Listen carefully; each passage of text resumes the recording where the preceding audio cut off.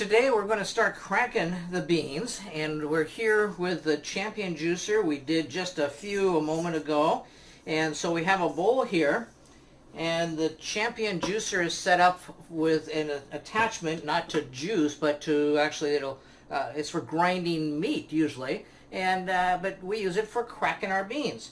And so it gets to be a little messy, and after we start, so you can see how this is done, then Chris is going to go ahead and put a towel over it just to contain some of the mess. But we're going to turn the juicer on. Not nearly as noisy as it could be.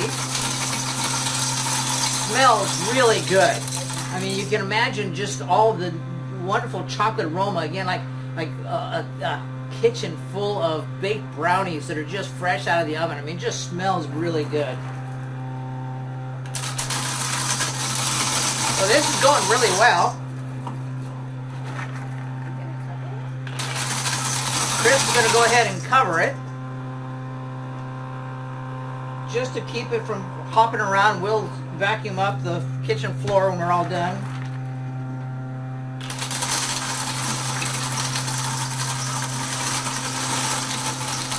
I don't use the tamper to push anything down. I use it mostly just kind of a plug to contain everything from bouncing out.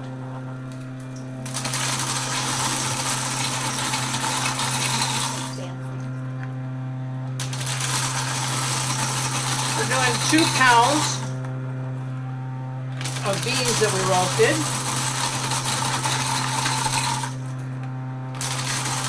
It makes a little bit of a mess.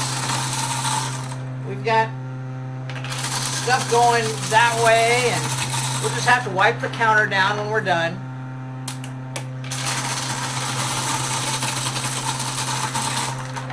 The towel really helps to contain it.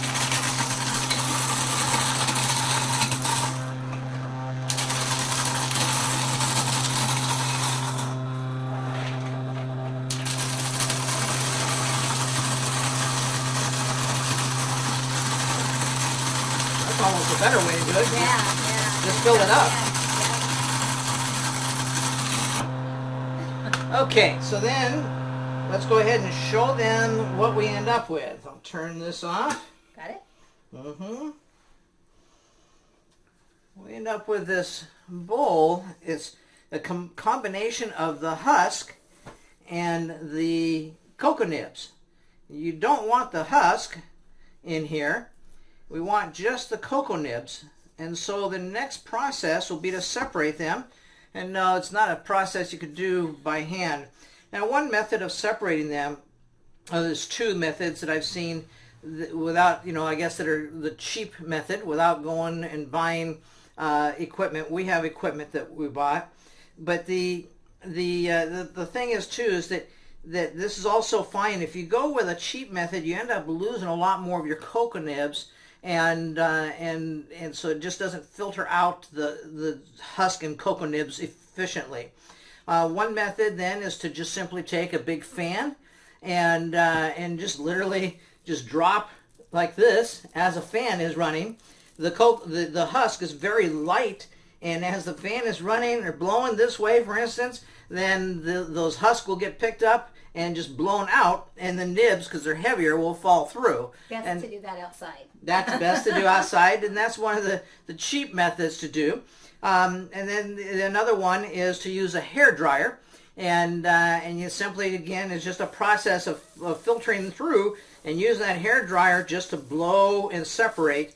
But we're going to use a process, a piece of equipment that was invented and developed. It's not too expensive. I think it was maybe a couple $100. Yeah.